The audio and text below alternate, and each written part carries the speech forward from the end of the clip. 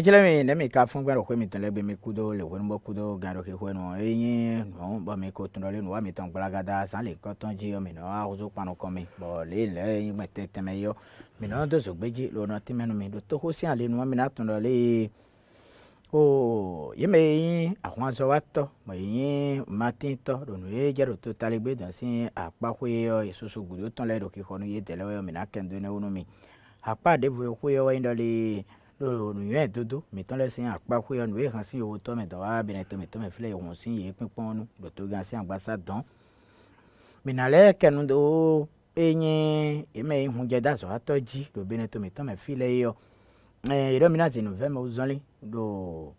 obos de travail don manu kon nu e nu vaki e ro ti je ro bi ne to mi di ene o de so mi na kende onu mi do nu de bo sin apa ko yo mi na kendo kule kuma no nu mi kule kun si ama te kono wa ene mra ho afaku we na tere jilo na kije vamena to do soroton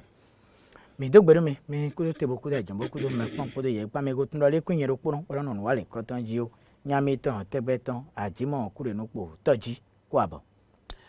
dada gbevi gbegbelegbe na chene san ovi san we lolo sun bi osun lo me gbangban do ilo to ndo mo do yan suyo lo gbele yo abi ayi lo gbele yo lo ma gangan ma suyo ni wa eyin do mo do gbalagada san gbe pe bo gangbe wo selu mo mi o ma gbe ton go ti me na e me pon to mi do mo do mi le ro gbeji ayo si le tun le ko no gbeja mi do gan wo mi le ro na wa gbangban gbegbe e gene so to san ovi san we no e gbe do fun lo mi tete gbe selu mo e jere do mo le gbe die no ipone gbe mi na do na e me pon to le bi ran ye ni kudo ese mi to mi kudo teni gbe dagola gbogi o gigbo do mo le gbege yo ena gbon fun selu mo e jere do nu bo egbe ton na gbon fo nu bo ba ye me ro mo ji le mi dala mi bo mi ni to hoji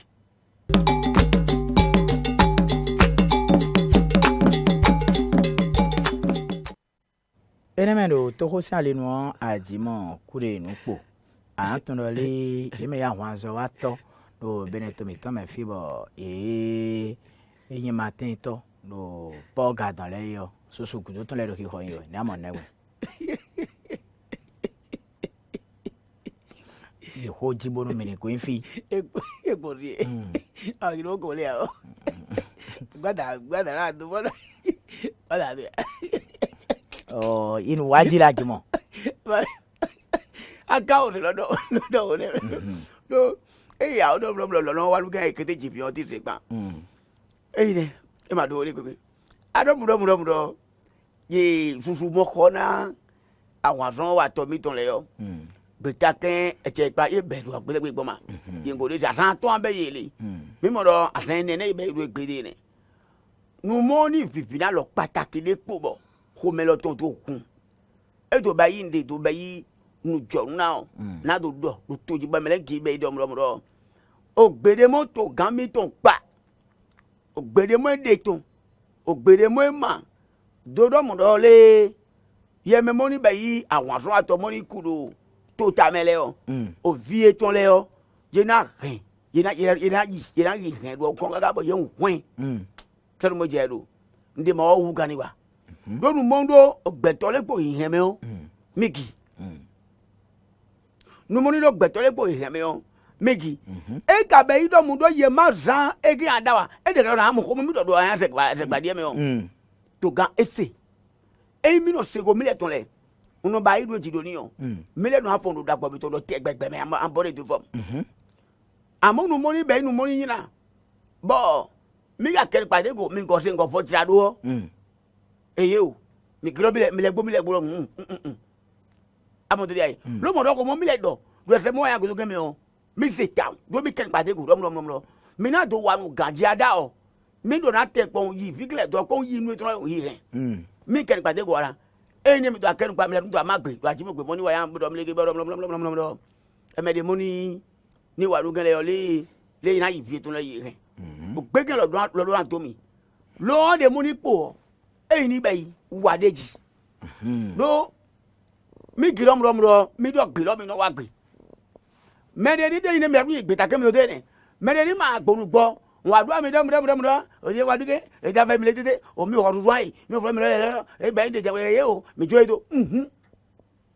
do e do mi ma be yi wa o egbe to de o to an do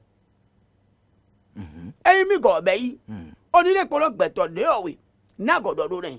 ege sọ tu ọ ege fìfì alọ táw sẹ́ni mọ́ jẹ́ ẹ̀rọ gbẹ̀bí gbẹ̀gbẹ̀lẹ̀ bọ̀ ní mọ́ làwọn ti jẹ́ o nu e vivi nu yẹlọ ro nu me yo jene a odo tini do le dia che pa de pe ta tan bo le vie yin vi bo memo ko ton le joto le yo mi na vie ton le kan lo na kan kaka bo ina yin ede yo nu jo nu da ho ni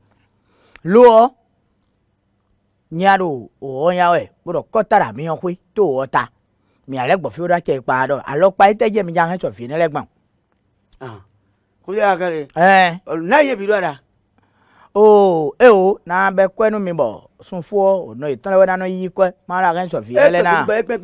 fne e wa ta gande we do ache be na blow ma le bi ku na ta fi ne abi ata gan ne abi o no to no itan bo we do ache bo na no itan ma no yi kwe ma ro sunfo na no kan so fi ne e mi blow gbon mo we yan vi ne le na le asa kwe so do ye me yin me bo no mo ko ton le na yan su dato be na yin mo gbe to akunigun atin do de ira imo don dimbo ina agbon fi ni lesin ye kan bo na geze o fi ni we ko na yan de ne nu e vi ne tun le no emi se do ni je vi lesin alo me to lo e wa dagbe ni yewu me mo awon che gba mi fo vi na le be we sin no itan le gan en yo vo to me na se ido mi de mi se ido no ten da ko fi he na pon lo mari ka bo yin de mi so ido don bra nu kun pedo yewe nduru podo le bi pa so gbedo yi eni ona yan hu ati mi blogbo mo yan hu yi me mo anu e mo mi de ne yo ino le eche pa na han so ye che pa na han so ye nyo yin to itono fi nyo yin to kete bo nyo na de tomo ya be question do ni be wa che menele si o mere ma kwa be jo mere ne we ya duro to gan pon de yo to gan pon alege do melege yo takare sin gbele e to do ko to e lo fun osun de yan wele dandan do o ni to yi bigle mo do yo do o bi to e ma pe ni eyo wa memoni be yi àwọn tún wa to yin le o ye jibiti be bi o ton yo wi ye be fi gbe bi le do jojo le kele ni de mo ga to ti gbon ni o e lo run de pa ko do mo tete lo o bi o abi bi o ton le o e bi o e be bi a o we me mo po le to e be ina to he yo e ma he wa mo do agba mo na be mi le disi bang gbidi e ga ma ko to ando wa jijo o se de mi na wo ni po bo mi o jo se de ni bo ni to mo tan to hen obìnrin igbele ga bo yin yede e do ase so mo se an lo se we ye lo yi lo en te na le gele mo se ye se to e ko me ya do ndudu to oso me to je ndo yin an bonne du fama o si sai to le ajimo e bo sa bo te so fe ja we khoto na wa no to kun no jo khoto yo ama tun lo le o kwe do po di bla blo ko do po blo ne wa che pa kan we to we go ri ne kwe na bi do fi ne le de din e ke jam kan bi o kwe fi ne eyin a che pa lo ka ko fi ne o bra ho pa yi atran di ta wa ko ganji o me na wa kana wa tun vie ne le si temenu ye ya bona si agbe kan to so kan ye wo wa eni lo yin kan bi o bo fi ne awon gun je wa eri ero a che pa o kan gbe do kan we kan gbe do kan won he na gba pa ni ko nu vie ne le lo a ho fren bele une do mo to na be ni die mo to na be ni die bele une e na be ma wo mu mo ti aje do e gugu ogi e memo we do wa se e na gima o giro fini gbele o wo mu no joru po gadu o go o memo wa na du ga e me bele fini lo run e lo run do tro me mo mo jo ai eyin lo ndo ganja da bo nu gbe to lo e ma na be ida ye me bi mana ya tun ne no te be e so tu o e ma odu fe gbede pepe do yen wa nu mo e se pa so la ko ba yin o e lo to aba to amoge do yin o e gi onu me lo ye fo lo go social ne me mo wa se ganji na wa je ganji ma ando me la hun yen kun wa on e me yo to yo me na hu yo e mo a e ma bi le ko e na be wa e pe ko to pe e le de ru gbe ga je ge ni ge koi nya mi gbo bo yo on me te ko lo pa pa ni ko nu fi ne le so bo nu so itan me ni yan bo ni ya de kun bo ma sa kwekwe toton o e kan chenu mi ati mo mi ago in friend ma don le o we yo vole be si to me fi so yi to itan me don bo to gan patri atran ge on we ko kan do ka bo lo ko ko atan ko abo kwi so me yo e hun sin ra e pon lo to gan si anpasa don je yo hun sinu bo mra ko le re si so de o so glo podo taran pa fo itan so gbe o no wa mo kan don sin de me na mo elle est blanche mais il est tout le voyez akaro etedi ani zo mo no tan bla o ah hein ah akaro mele le blanc anu lo wa me tele ya me de moni je kun do we mo mo oh talon do ye do gantité anu le me moni do ye ba ini ye ba ite e lo do ami do mu do no mo e lo fo itiki o nu fo re ah ta me ya fo itiki o fo itiki e ba politiki hai gbe fo itiki ni so aiso gbe me fo itiki amunu mo e lo fo itiki o onu fo re me na ke do mu me nu mo jodo wege nu ka bo o we mo nu mo o gati ta wa redo ye do ga du bo ga ba ita be ye do o ye fo e so me le di le yen po ago me me pan ko me de mo jesu e ne ba nya de o lo tentile o ga do ka de ba me do rom be alo gi o to mi no ge ya e me de rom je connais bel et bien le pays au gars me la je connais bel et bien le pays talon a donné rom je sais que tu ne connais pas le pays et je dis que tu ne connais pas le pays c'est moi qui connais le pays le Bénin je le connais je le maîtrise donc ouais de nous bon on nous doit jo bon tu dois savoir talon do dit nous ne je si jour demain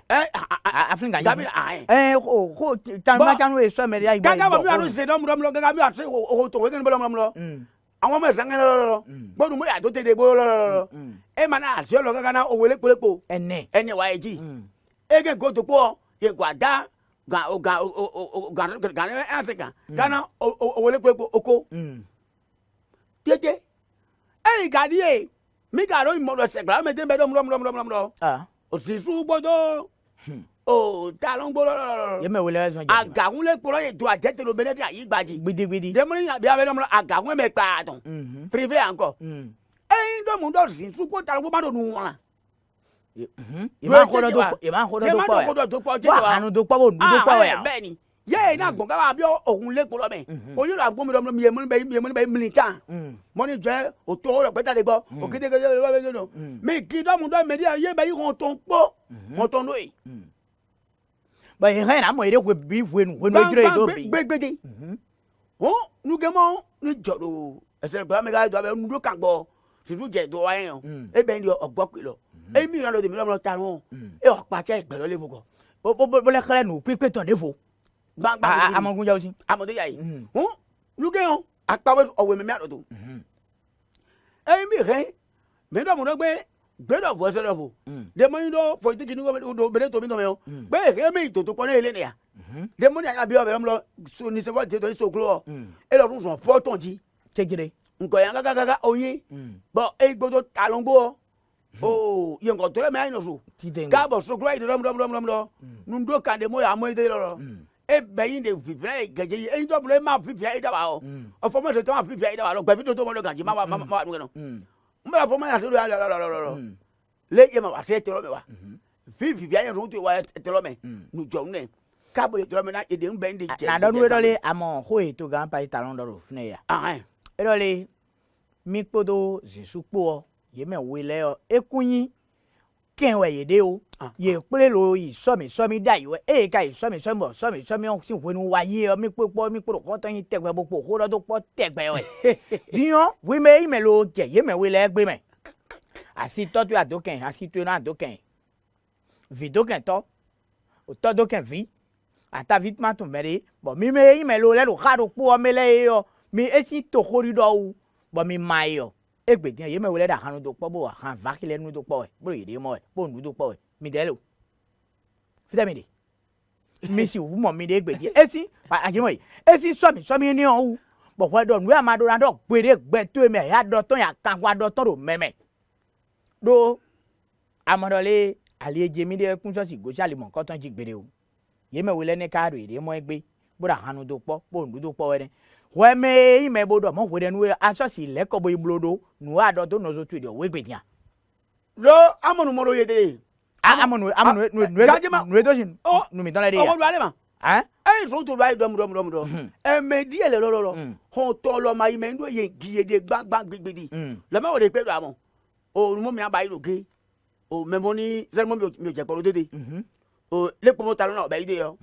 me de mo ni o mo ni o kure eyin na osun ga me eyin na igbe ngo ran ga me gbo jabon gbo je de yo bo o we do we ko so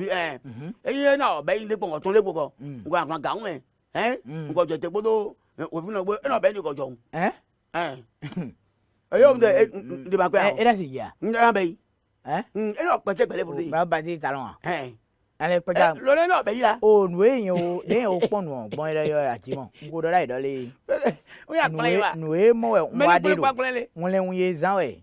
o mra ho pa ti atara gi o ta lo de yo gba amoro le to me fi do le ke o ya ibo ni e wa to me fi e pen o keke de yo ya ibo ni wa mra ho ijo na do gbangba kuti be ten ko o vilo e ijo na do ah la pa tan sa o mra ho ni se fo je do de soklo do sinkiri ji wa ne kaka yo e ijo na do abi ganji amoro yo ko blosun yo de timbo mra ho le ne se su o e no yo vo to metan bo pa gbe nu le aloyi mra ho pati satan ki o mo se bo to o kan na yo pa gbe na enu aganu do gan to ngwa wa de mo we ko to e de le ko abere to me to me ti mo je ti ele ke ndo nu ne gbangba un bo le ali emele de le to o si dagbe ba de bo le ali dagbe bo ye bo to ro nu ko iro e pa gbe ni de lo na ko re mo do we genu won ele adoso pe ho jiro wa tere yi bo en we ndo yi o ko mo do le yi amo o ma fun do lo ye ki o bele lo aro lo wa ne am era so wa e fla gba do de ça montre déjà que ce que tu disais tu connaissais le pays tu connais le pays je gbe na di o dion o ajimo kure nu po fire ko yen ja kanu bi o de yo ko ndo le e ka do wonu mra ko to me film na madao lo ma jiji wa nje o jawe be do de yin ku ene o e so asi alo do ji a be de yin ku ko wa ko ni le di e be ne be ku bo lo bo so gba me lo sun do ya nenu yin gba lo ale gan de lo wa me to nu abi lo wa juji ya di megele mo me lo ma we to nu mo na yin do yin mo ni ale ni nu mo amodo e do fun mi mo do akun woni le nu to bo ba olonu ran do ya akun e do mo o mi adonu kun me o me ko fo fi o so o ele ko yan de o go mo do le ma ele ko bra o ku je bra o so to lo yi lo e be yi do mo do to kana wa level ne o na o to bi to ndo ju ame to ambiance be amo ndo ka mo mege mo termine de e me ina gbon ndo do na yera po kun gbon de gbon be la le to me rogo o to me po o te ko je tro ni amo bra wo bi bo gbon ko mi ku che gbon ko bo le to ma be o so bo ko mi ku che gbon ko o so bo aja mo gbon ko o so bo amo ye mo le ye ami ebo ya mi tan kan o valate agoru jere ne e ne o ko me be ko ni ye so ga won le ku lo me o le ali ine o ma be ni don mo to e na be ni lo di mo to na be ni lo di o anasinde anamayina o le sin do mi na wa do de mo e dodo o je gbodo so global reality ko de doji na de si do wa do le do mu na wande yo nu do kan ko na de do ni ngo ya to mele bo gi control ni amo ye megele reality die ajavon o komi volante on so me negele go je te yo bele tro je gbeun lo da yinu apun bo ko zo amlin pon be ta lo yen e ma gbe wa yen yo go la tin gbojire bo e ga e ma go amo e gbe mra ho na gbe mi ngo yo ade ko lo bi de we gen won o to mi tonu je to mi ton fa amo le bindo yan siko sende mo e je ero eyan dile je ka gbon inu gbo ajimo kure nu po o mi agosin apane lo pe bra iji ma do le akpawo ji gojo na le de amo nu do kan mi to le yo ro pipo ka se mo je bo gare tete me le oro yan mi bra e je fun gbe bra me den yo gwa idan ndo kan ji lo mi yan kamera do aje ko do ami kamera na don kamera do mi akan bo mi ajan kan yi mi se wa kan bra yi o bra ho to kan mi do an president ni pra mi do bo mi ayi to kan bra so to kan jan ba kan ngero bi e mi control journal do ando abi do gbe fi on fo ma ti ajimo kure no bo e mi na journaliste animateur diaspora président TV en visite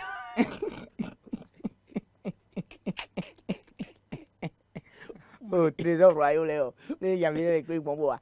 Ah oui. Mais Oh, oh, mais aïe. Ba mon men. Mais moi, indole o husa hutori abi ne mero. Na hutori ma do noa. E ma no pa bi. Era la muero. Bang. E ka se yin mo. Wọ́n ẹni ọ̀rọ̀ rò dídí ẹni àjùmọ̀ kúrò nípò yé mi yà sọ̀rọ̀ àtọ̀ oúnjẹ dá sọ̀rọ̀ àtọ̀ jírí obìnrin tòmí tọ́mi filẹ̀ yọ ìdọ́mi àti ìnùfẹ́ mi ò sọ́ni panu kan nùfà yìí hùwọ́ ní àmọ̀ náà wà. Gbẹ̀bí àmọ́ lọ́dọ̀ òde má jọ wà lọ mi náà dọ̀ tọ̀ọ̀rọ̀ eyín yé gọ̀jọ̀ òun mi ń gọ̀dọ̀ alọ́ fún yà pọ̀ ìpẹ̀lọ́ mẹ́rin gbé mọ́kẹ́ náà mọ̀ lọ́wọ́ náà pọ̀ òtò lọ́dún. ní ẹ̀pọ́n òtò mọ́ ló gbé mọ́kẹ́. ẹ̀yẹn pọ́n tó ọ̀yọ̀ yẹn pọ́n gbèdé wọn oúnjẹ dá sọ̀rọ̀ àtọ̀ yìí sì ń gbẹ̀ta kálẹ̀ kúrò tíà. ee òtò ọ̀gẹ́dì wẹ̀ náà mọ̀ tó lọ́dún lé gbé. lónìí fàájì sálẹ̀ nù. ká irun dọ́ni à. ee ọ̀ náà mọ̀ do. e va hitam mi ndo ko yo nu va yi do popo àgbẹ̀ do nu e so bo popo àgbẹ̀ no amatuno le akio wo khoje gudo ria atumozi bo yire so ya nu abi akio me bon pon ayiku emi na pon we da yi o atuna bi do mi ya pon ko nu kwane double pon we de be pon ko nu kwane asin mi emi na ko pon ko nu kwane mo du ayiku abobo na yo e ja ropo wọ́n jẹ́ yí tàbí wà dáre bí sáré mi yèrè wà lẹ́nu kún báyìí o nù báyìí dín gba ikún bá sí àtọ̀dé pọ́n nàbí ejere yẹn pọ̀ gbúdé mọ́ ìgbé dà yìí ọkọ mi náà kọ́ sí gẹ̀rẹ́ mi tán tá díẹ̀ mi dé fi ẹ̀yẹ tọ́nù rẹ̀ gbé bóyá gbọ́dọ̀ kọ́ tó mẹ́ fi àkíyẹ̀ fẹ́ adọ́lé mẹ́rẹ̀ kún adọ́ dọ́ mi adọ́. ẹ̀hún ẹ̀yin dọ́mú dọ́ alọ́dọ̀ di dọ́lọ́lọ́lọ́ bàbá dùn mí o alátẹ́kàdé bọ́ ń jẹ́ gbinna sọ́wọ́ túbọ̀ hun jẹ dọ sọn atọ lẹ yọ yẹn dodo ma kẹ nípa yìí ko ọsùn ètò mọ yìí náà yìí wá yìí ni do eyín akpọ́n bẹ̀rẹ̀ tura mẹ́rin gbé ọ mẹ́rin akó batiri jọ ma ta ta lọ mi kpọ́n mi se ohun dọ ọsùn atọ lẹ yìí do du jọ ndo jijọ mi dọ mu dọ yìí náà gọ kwa náà ọsùn atọ lẹ má gbẹ mi yà kọkọ náà yẹ lọrọ ẹgbẹ̀rún kọ abani ọ kọ ni mu mi dọ ní ìjọ kọ àjẹ ayé kankan bọ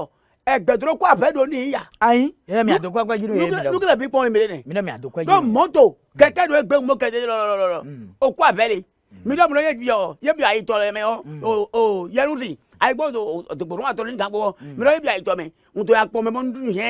o kẹ̀kẹ́ gbọ́sọ̀ kòtòkòtò ayẹlẹ lọ mi dọ yẹ dọ̀wọ́ náà yìí mi dọ̀wọ́ náà yìí yà mi dọ̀wọ́ náà yìí yà mọ́ dọ mi dọ̀wọ́ náà yìí gàtó lọ nulẹ̀ kpọlọ mọ mi ọ̀lẹ̀ o fẹlẹ kura de tobi toli lẹni kẹ̀kẹ́ o kọ ẹgọna kẹ̀kẹ́ lọ ní apá wo. kẹ̀kẹ́ satọlẹ sí apá wo yọ. jẹ́mọ́ wa tó. mẹ́ra o yẹnu sí àbí yẹn. Nikola yẹnu sí yẹde kọ́ ẹ̀pọ̀ a kẹ̀kẹ́ satọlẹ yẹde kọ́ ẹ̀pọ̀. yẹ́n máa dé pọ̀ kọ́lọ́pàá dé gbẹ́dọ̀ wa gbèdé pọ̀ àkọ́ yẹrẹ ọ̀dọ́ yìí nọ̀tẹ̀ ọ̀dọ́ yìí nẹ̀ o gbàdúrà ìtọ́ mi kékeré náà ìtọ́ mi lọ ẹ̀yin wà bẹ́ẹ̀ bẹ́ẹ̀ gbọ́dọ̀ yẹn máa wà sí onata wa nù ẹ̀. yẹn máa tẹ. onata. ah onata da ìtọ́ wa. o mi ko su to. mi sùn tó èyí ka dẹ. mi ò sùn tó o adọ onata kò tiɲɛ yọ o mi àyè dọ yẹn pé wọn ṣe tó wọn ìtọ́ ní pẹ̀lú kó tó sọ tó filẹ̀ wo náà ìtọ́ yín fọ́ de mẹ́wàá nù àbí ìwọ ẹ̀ fúnẹ̀ yìí. o dọ́nu tó gan o bonu mi lè fọ kó iná lẹ mi sì diọ yín kọ́ra àwọn yẹ wẹ̀ yìí voilà mi sì diọ yín kọ́ra bọ̀ mi náà ń kó iná lẹ mi ń kó iná lẹ o gba ikú pọ̀ jẹnu kú pọ̀ fìdí ọ mi àná ikọ́ máa ń bẹ́ adó fúnẹ̀ e jẹ ganu tí bẹ jẹ yìí tiẹ àkìfẹ tóna jẹ mi àwọn ọ̀nà rẹ wọ̀nyí má jẹ sá mi dẹ̀lẹ́ pa ìṣẹ̀ pa tán mi jẹ wọn bolojú pọ̀ mi à ń fọ dáná kí yọrù tán bọ̀ mi dẹ̀lẹ́ mi àmọ́ pa ìjẹun kún lóna dúdú pọ̀ jọ̀ọ́ kìbẹ̀ e ní màgà bolo dá yà rẹ̀. hẹ́n jẹ́wọ́ màgà bẹ́ẹ̀ wà ọ́ nínú gbẹ́gà ní kí gbọ̀n ń ẹ̀rọ dandan mẹ́ ń jẹ dọ̀sùn àtọ́jẹ́ bí akẹ́nu pa dọ̀ ló tòfi tòsí ẹ̀ yà bí ọ̀tọ̀ mi gbé mọ́kẹ́ yẹn o tó àfẹ́ kó àtúntò kó wa o tó fẹ́ kó kankan bẹ́ẹ̀ dọ́mọdé gbé mọ́kẹ́ yẹn adé àná o kó a mẹ́bọ́n bí ọ̀nùdó fẹ́ rújò gọ̀jẹ́ tẹ́lẹ̀ mẹ́yọ́. àtẹwà dàgbére ní yà. àtẹnà pọ́n wẹ̀. àwa ń dè ní. ayé pọ́n wẹ̀ yọ gbẹ. ọkọ àbọ̀dọ̀ yìí wúlọ́ nánà. ẹ má pè ní xọ́ ni. lóka náà kọ́ ya kọ́ gbẹrẹ mọlọmọlọmọlọ náà kọ́ kọ́ náà. mẹgàlá xɔ nukpɔn wẹ̀ mẹgàlá sa nukpɔn wẹ̀ mọ́ni. gbẹrẹ ọ̀nà fẹ́ kó àzọ̀ wọ́n túbọ̀ kaka bọ̀ kó abiy tọ́ do o fẹ́ mẹ́lẹ̀ ọ̀dọ̀ o kó àgbẹ̀ni. e de gbẹdọ̀ náà tẹ ipa bẹ́ẹ̀ tọ̀rọ̀ tó fọdù pọ̀ tó nukẹ́ ko náà dún náà bá yìí do onumọ́ni bẹ́ẹ̀ dúdú fi bẹ́ẹ̀ ń tó pọ̀ do mi dɔ maa wo yɛ wuyɔ mɛ o nulɔ lɛ ma kpɔ ni wuya do wa mɔ mi dɔ jesu mo jɛgbɛ tɔ mɔ to gambele to jali pon do ni gbego do e do mu nduru tro yame o yana gboko o ya gboko mi do ko ve go sin yame yana gboko o ve tro yame o ya do na gbo eyin o ve ma ka tro yame wa o mi de do nde pe wa lo ben tro me ali o bo ja do mi le ya nde wa mi le ya to fi to tile o ve do ye ku ma gini gbe amu an ho ve bra mi na lije bon je ma ge mu do mi le wa mo mi le do na ke pa de go do bo mi gi do mo nu ni gbele yo egbe do jijo do bene to lo me onumodo osun atolele yo eyin mi se kan se àwọn pa mi to se nai un gi mo mi na ba inu le egbon na mi na ba iro ejeun mi gbera wo mi no ke mi na ba iro ni mi do la game je do onu bledo depe e ma to bodu wa mi to la game to ma bele to la game ajimo kuro nu gba do ni do wa na nu ni ko ra ito le me la kame ado din e lu ade ne o nu na do nu we yo eyin nu vakio ne fenebo ye ne be da kwa jinu e ba ko ya te han liviton ni pe ko gbe bo ya ki o me nu we ana hopo do livi opo so be maka iba so ko e pe ano yida ibro mo nu mo khodo nu ganji bo no san do nu ganji yo indole e ma yimo an ani sin ko ele gonu we igbo kan ma gonu we yo e pe o eleyan wo diyan fi ho de bonu ho do da yeye bo do we dole un ye da so atoyi sin gbeta kale po bo ti aji yo wo indole gbeta de igbe bo mi na ja kun do nu na ji gbeta de bo ka tin bo gbe fiene tion ye so ro gbero po do ya nu ye me yin ohun je do aso atoyi gbeta le so ro gbero po do ya fiene on ina si pe àwọn elo lo na fún bodu re gina ye tan ye ma pe go na be yu ya do a o lo ma do ko do lo o gbeta de gbe gbeta de tro me abi gbeta de wa ni gbe gbeta mo ni tro gbeta me to wa nu ke o e lo nu pon ede me ki lo nu mo do lu pon e lo do de do kun lo le àmọ́ ohun de mo gbeta mo pole wuri ho do hen ko gbege nu pa o eyin do ko gbege hen nu pa o gbe lo ma o giri mo gbo gbeta die eje to gboro je ma ro na goran yi wa arto le kan te so fe ja yo e holodo don o ni do me ba kige wa àmọ́ de mo do mi le be lo na o to lo ke ana e ve kuwa to gambe ne tro don wa kun do mo do elego na lo le ni go wa pepele ami ve kwa a kwa mi de lo o do sin ko so emi no kan to kaka me e la vari e vari din ami ve kwa kaka ve kwa e ga ni jene no e ya ve una me mo to se mi jare ti mo lo le ni ti mo e ma kun wa de e be do de mi be do to kan ble to yi na essence lo ni go po lo na nko lo ijo do we essence wo we ode e te no jijo o ba ye mi to mo mi wa do ke lo gbe mi gbe ya na lo wa do abi panu me mo nu se wa be to mele panu ye do ya mi ti me bo eyan o ajemo kure no ase hai so ma je gbe so je e be do mo do to bi we ge na to je li pon de ji o to we ge na to je li pon de ji o to lo bi we ge na to je li pon de ji e na ba ido abi e na e to ga kuire e na bo kuire ne mo je Iye yo itu gbe ya. Era ba ido. Oh, mi adonu mo ra ko si we u bera dalo. Mi ra yi. Oh, nu yen de fo.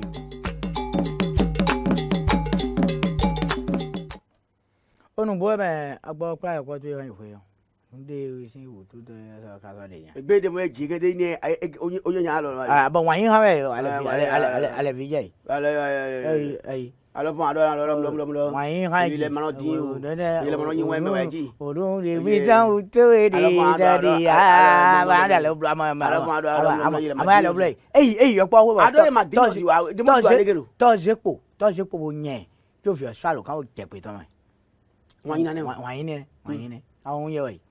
to jepo yen ka bo yan ko ta fo mi wo han e ni be ido mo we adeyan ji apa we de nu bo te ka gbe abi e medu ka gbe lo kete ji bi pa ma mo ya to bite me ni ele mo wa ni ke e gro bi lo ngo ya hun e no jo da ja kaka ni eyin video lo wa se abi de bo lo wa se lo ni ka wa ya jo you know see aga ni se dan oji hon bro ase se dan oji ni ye ki amu do ndo fun àwọn mutu wọn yín bọ̀ mi kò nádà yìí. mutu ni ma e dɔ nɔgɔji gbɛnyɛ alɔ ka bɔlɔ olu dɔ nɔgɔji ni vilɔ dun a jɛti e dun a tɔn gidɔ dɔ. ɛ ŋun ayi nanu mi tɔn ko te pɔn mi lo. e dun dɔ ye dɔ dɔ ye iye ɔlu. ɛ pati gbari bodu bo mo dɔ wele bɛ a jama dɛ abaku k'i da abaku k'i la lori gbɛrɛ lɔ jɔ a kali a gbɔ e dun to alo san alo yɔrɔ de dima jɔyɔrɔ sansan wɔ bɛ a gɛlɛya don awɔ e de tɛ wɔ bɛ sansan awɔ ɛsɛ awɔ amina sɛ o ma dɔnu. an ye gbɔ yin to hɔn ji. e de tiɲɛ wɔ bɛ yeri a yin to hɔn da yɛrɛ ko. e y'a ka yin do gan e de tolu wɔ ji yɔ a ka yin do tolu wɔ ji yɔ a de pan e dɔnu tori a de to an yi filawu kila ah dɛpɛ dɔ wa. fɛn mo nɛnɛ ne kun bɛ to. mama lɔki dɔ e y'an gbɛsi mama bi sɔrɔ mi ko mama ni bɛ sɔrɔ mi yɛrɛ y'a jɛ dɛ ko di mama ni bɛ sɔrɔ mi ko y'a bɔ y'a bɔ e de ye dɛ wa i nana kɛlɛ dɛ ne nana y'i gbɛ dɛ o ko ja dɛ ayi a da tɛ ne mɔ e ma tete a mɔ. a kun de do a de diɲɛ e ji yɛ diya. a da mo yi gbɔn a da de. a ye gbɛjɛ lo. e gbɛjɛ wɔrɔ alukala wɔrɔ bolo gbɔn. nukɛlɛ gbato nukɛlɛ gbato o ja dɛ. o da yɔ sɔn ni yɔrɔ si tan. e ma yi ko yi lɛtiri ye gɔmuna an bɛ wuna lɛtiri gbɔn an wuna eyi awọn ka wuna lɛtiri sedo kana kopi jɛ bɛ n wuna lɛtiri n mɔ a kɛra di a b'a to a se lɛtiri jo n'a bɛ do ale to mɔ sɔniya ɲalen de sɔniya tuma tɛ e lɔ mɛ cɛ an na se lɛtiri gbɔn. wɛrɛ de di yan. a bɛ mɔni mɔ yɔrɔ da dɛ e jiya kɔ. u bɛ na kpani wɛrɛ alu kama de ayi. ayi. o mi a ko a ji mɔ o ye jaaji ye bɔ mi bɔ kile do o kile kuma ko dɔ ye mi de fiye bɛ a dɔn a ma ye ma ya. n'a dɔn kile kun ɲa ma dɔ ye. kile kuma. a ma dɔ ale ne e bɛ ma te kile kun do a ma di. bɔn a ma dɔ mɛ mi tɛnɛ a jaayi. jɔn. a jaayi siɲɛ ma e a ma ye ne yɔrɔ ma o. bɛrɛ sɛn bɛrɛ yɔrɔ do a ye kun tɔn ka bɛn. yɔrɔ do a ye kun tɔn an fi ta. yaba da du. yɔrɔ do a ye kun tɔn ɔn lɛ da ma ɔn do gba sɔnna. yɔrɔ da ma an da nu. ala mo dɔn o de. an da ma nu. anu kpɔn ye anu kpɔn kpɛ fiyɛ. ko ka da yɛrɛ lɔ a ma nu ala wa ala mo dɔn o de. mɛ mo ni mo dɔn o na dɔ o. wa a va ku gbede na kpɔ a. e kposi ye. e fi o a va ku kɔ a bɔ. o donu mi do hosa. ne mi ka de ko. mi do de ma wɔze mi do. pɛdoni wɛ. eyan o a va ku sɔkule mɛ do mi pɔ. ena yɔrɔ mi do da a va ku gbede na kpɔ a. bɔn mi no ba donu do a ma se ale nu. ete ama yɛlɛ kan wa ete no gbɔ ete dɔ yɛlɛ ete no blo sɛ do ta tɔn ye a ma tɔn tiɲɛ de su goto. a dɔ tɔn de su dɔ ŋun yɛlɛ dɔ ye donc dɔ tɛ no wa tan n tɛ ka jɛji tɔn ko ci bɛ wa nu to ba nu kɛrɛ ne to ba nu ne e no mɔdo mɛ holɛ si lo po tan de mɛ mi de kpikpo a fa ko yɛrɛ ba donna e de su no ne bi ɔsun kan mɛ nde a ma no wa a fa ko no tu jobo no tɔn. nɔte gbɛbi nɔte wɛ abakuna to nya nukɔ mi b'a pinɛ mɛ kɔntɔ mi lɛ dɔmu agbame kunu mɛ nyɛ ti bi gbɛ o kɛntɔ ko donu mɔ mi y'a ba yi do bɔ kàmɛ mi to ni to si yɛ eye wa jɔ lɔlɔlɔ gbɛ ma yi de bɛ de ko wɛ do nya do to wɛ ya mi lɛ dun mi yi de mi ba yi de wɛ do nya do to wɛ. a sɔn biɛ kala yi to ko ya. e ma ka yaku tu la bi ni ya do to wɛ wa. de filɛ ne. mi mɔ dɔ ka yi. an yi to o lo to yɛn co. o ko dan lɛ a tɔn. amɔ do na mi na ba yi do bɔ mi mɛ bi mi doro jogun o kamɔ ko o doto lɛ le yɔ e yi le kulɔ ko mi lɛ kun lɛ do ye denmisɛn ma ka bɛ yi doto ma ka to bɛ ya manu wa to a lɔlɔ mɛ mɔ na yɛn wa do mi to san an mun na mi to si yɛ n to yi nu yɛ e yi to mi to si wa wọn mi bò fɛ n siya wa gba mi kpɔ n mi to la ko gansan bɔ jɛ. kule kuma. mara ko a fa ko. mi dɔ mi na kɛ n do kule kuma ji jori mi kana yi finɛ mi na do kpenu mɛ do koyɔ mi do gbeni de deji tɔn dɔ kan ye koye de yɔ todo mi tɔ lɛ mɛ kɔntɔ lɛ ina yɔrɔ mi bɔnɔ dɔ kpo télévision lɔ kpo emi de sunɔ arrivé bɔnɔ gbɔ azɔnu emi de do koe mi tɔn gbe gbɔn mɛra xɔ avaku alo mɛ ye koe de lɛ wale kɔtɔ lɛ mɛ mo mi do kunu mɛ do koyɔ de deji tɔn dɔ ni kutsɛ ta zɔ mawu zɔ yin bɛ dewu egbe o mi na kɛ n do amadu kpodzi bɛ nɔ yɔrɔ dɔ kulekun do kolikuma e si je to de vo me be Oyin ko de vo. oyin ko de vo amado poje we si se do poje na do c'est le boya do ma ni ko ma yi gbon yo ri gbeme de yo o fo de ma kle kuma do me de ma ha do kle kuma do yo ri gbeme de ai i ko fo do ale ma yo gbe de wa o bo fa sia wa se bo si tun ko tan de me bo si do nya ati tun ya mi so mi bo le mi pon ma ji o e do sise ni be sise ya gawe ti bo ya ma ton de so yi sise ne de sen e nu be no ho ahime fe be no ho kilo ton bo da bo du ai kun don no da bo do ai fia e na do ani fia lo gali ji bro ka kekere ka be ibe to iwe ya e fo robo yo vo sin gbe me no yoro do po dangol si no fio mi no kle demo no bati me demo no o direct kilo ton de mi no direct gali don yen dandu ya ai kun don un bibia na dimo ba mi ko fi tro je le pa ba le ko jere na wa da gboro po nenu ama gbe na gbere e ndo do sunza izeme vla no vo e no ada bo fide no du alo me hode no du e da zon gbo no e de ma da ito nde yo yoro do prévention e no sonu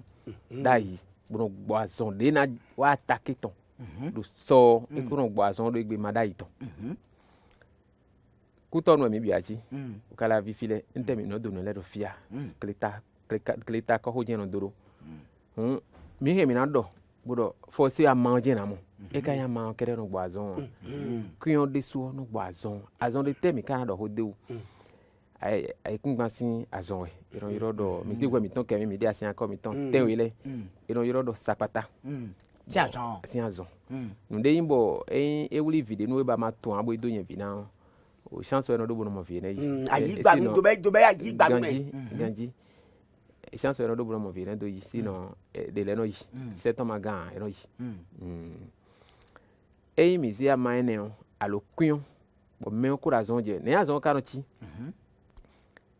Fiona da idi amodo na sero tout on de fufun don pi e si me ho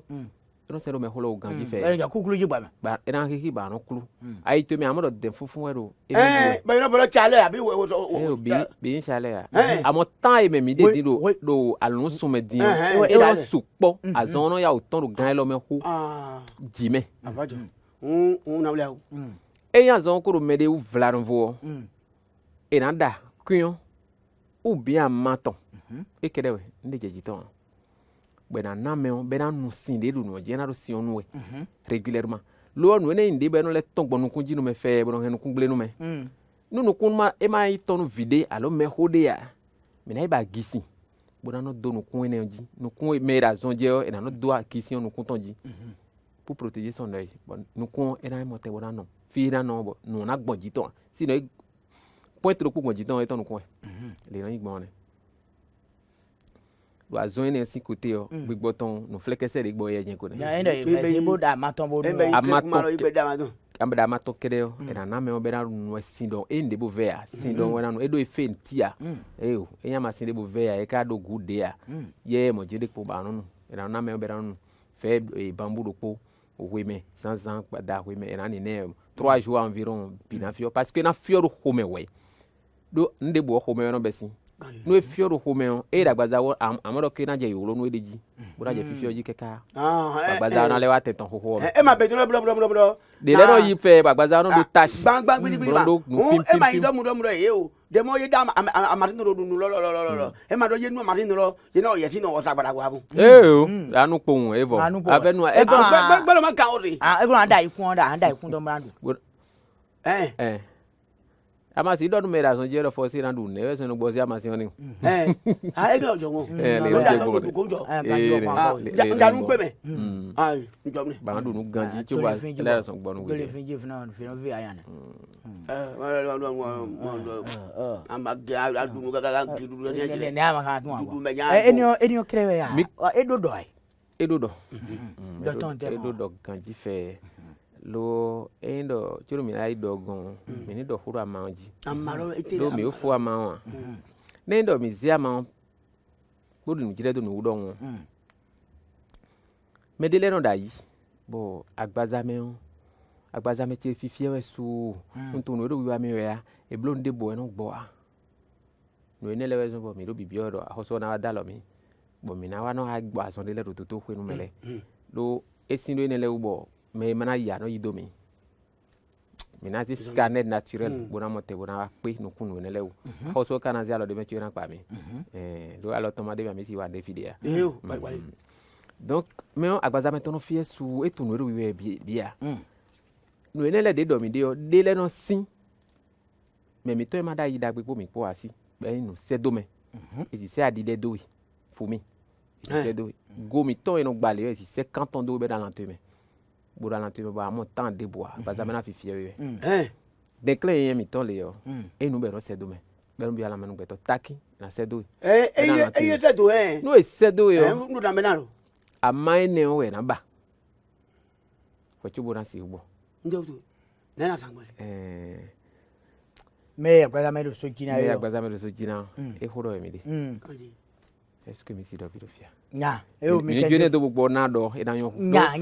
mi go Egypt me mi no wa jejiton me go yan loji no e na jejiton e pon mi de e si no fi no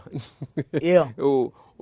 ho fofo e de me ko tra o tam mi do ke ko e bo tun le mi e do we ke ma do we e de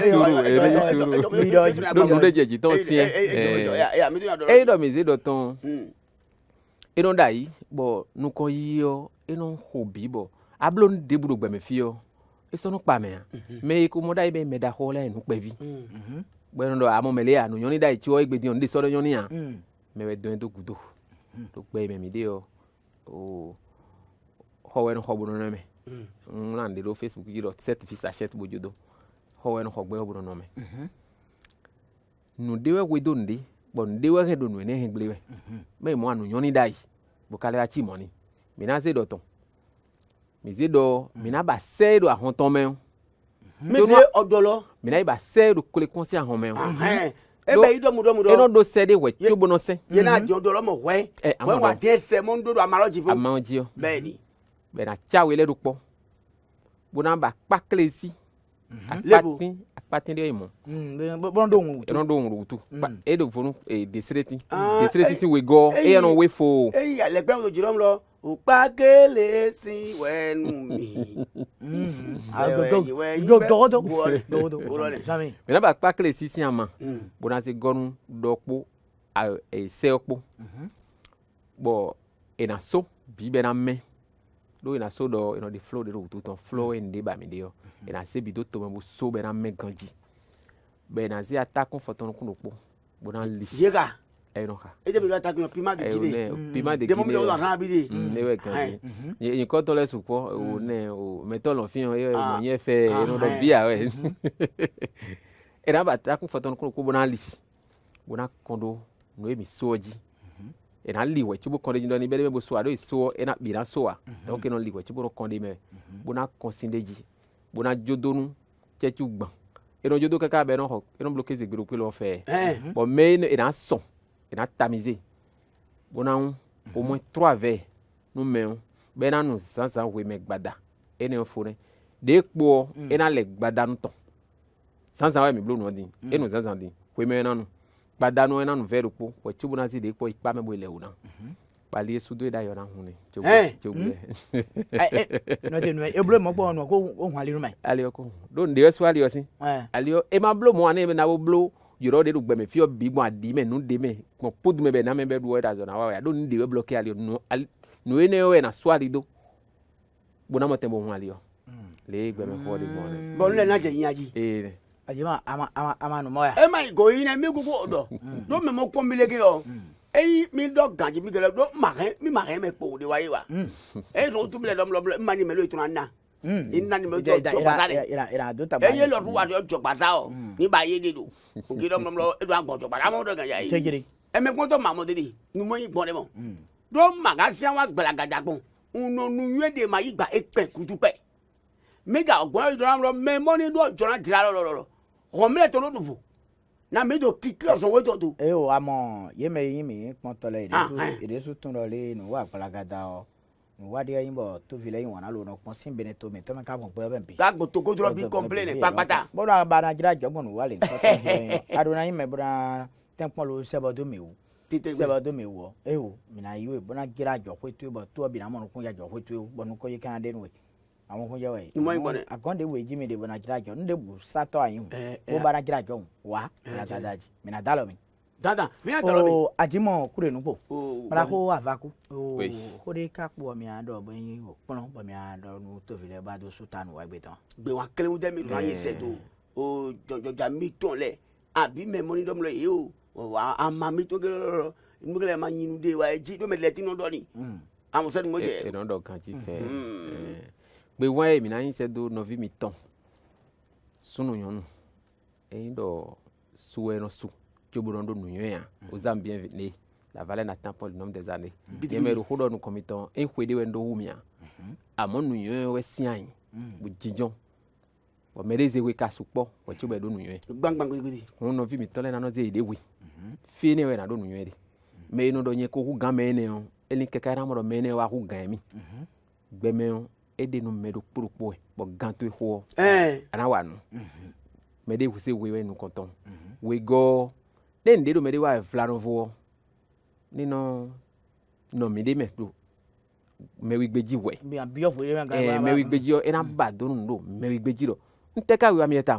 esi oli hwe esi kafa bo mo do na no ero wi we chobo be we sun do azon de ya do jije ba utun aw mo azon sin solution aw mo pon gboton aka o blo amasin de dian bo be we sun vo bo ido to ko pa un yigbere na ido to ko eno afaku gbewe ya àmọ́ ena ba do nu bonado mo jeme nu ton bo alite na gbon gbe na pa mi ali ne we da ho We no so yo voton ko na. ne do mi do fo fi bo ti me nu do do pharmacie yo fi we mi go fi we yo le wa yi mi do d'accord yi be yon do no wa so supo bo mi lo no wa so mi ton do mi wa de o bo vlanovo ahoso wa degbe bo mi me bi wa je po bo eze toto boze mewi me si me no gbo azonu amawo be placer do fide do toto kwe bo me ne le nu edeji yo eje toto kwe do pole yo e na mo me ne le me bo tuama endo ibe vodun do ko hodo endia me tuama boze do nu je na gbo nu trelele yo e na do scanner naturel no do ndi yo me to ada jo fine de na do mera ho nu wa fio nu lele we wa we ene niveau mi ton toto le ton be na sedo toto sin hosa don bo toto le rangbado me lo azi o tagbado ni we e o nu le tagbado ni we zin wa fi we ne nu e na se mene o bo na hospitaliser ton do côté tradition donc nu e nu bo mi do bibia hoso nu hoso wa ho kan ne gbede o me ku toto ko o mo re na se afodo gudo nu ndo bo na plon O meku ro do to ku na se afodo gudo nu gbo me pon tole. Nu wa gbe tan e so na wo mo ame. Mi do gbe nu. O ye toma. Nu we gbe to mana e mani na ku pan se mo je do. Bo ando yi do gbe na egbe to krugan le ga me na. O egbe tan so na wo mo mi do gbe nu mi me ko yin me lo no te right njo ro gba vi mi tan le kan lo pon wa ye ka bo mi wa vonu tin le yo mi to gbe mi pi lo le mi ni kudo me pon kudo ye ipan borun. Si gbe jawe yo. Si wa na. Si gbe jawe yo mi ale aro kan from de boy. Chobonu nu kan mo yo ajimo kure nu bo. Bolon sun talent to agbo jeje. Na mi ya mi to se mo je do. Oh, e me pon to ma mo do de mo je eyin pon ne mo nu ma mi do de da vaku. Ojoro to mi ganji. Lo e kenu pado. Amamo yi lo klekun magu. Klekun ma e kenu padego. Nu mo yin gbon, onu mo e waru gbon. Eyin ne mi mo ne. Sẹ́ni mo jẹ́ ẹ̀dùn gàbí màá bẹ inú ilé pọ̀mìtò yìí yà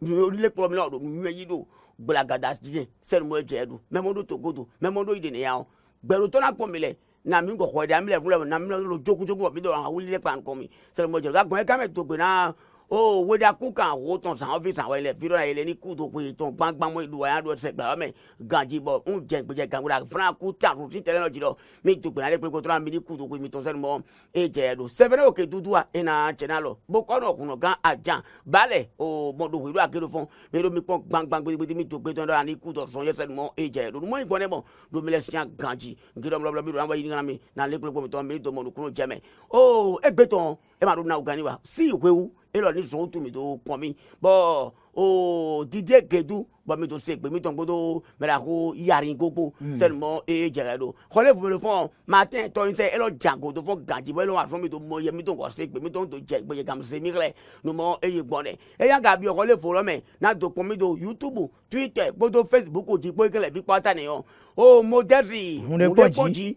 elo ni jango do gbangban gbigbe bo o gbe ton mi na to ni tite gbe sen mo eje do me me ga ni wa wi atanu le bi papata do ti to ni gbe do je gbe kan yo agido mo do me ra ko ton klama balo na do gbe ton ni gbangban ra ni kudo o son ton tite gbe sen mo eje do to gbe mo ni bo de go le bi an bo ne tu famo o me ra ko se ro dadi do van ro to bi wa de le o ya sana lo le bi papata mi a do gbe ton ni tite gbe do na ni kudo o son ton sen mo eje do e ndo mo do o vode ma de wa o e mo do me ko wa ali o de ma ga de wa o ye mo do ali o ni gbeji wa e gbe ton ma na wu gan ni wa ma wu do mi jo kaka je o sa tere gbe won ni wa si o mi go le pa no ko mi no su gbangban gbe ti gbodo àǹfààní wo.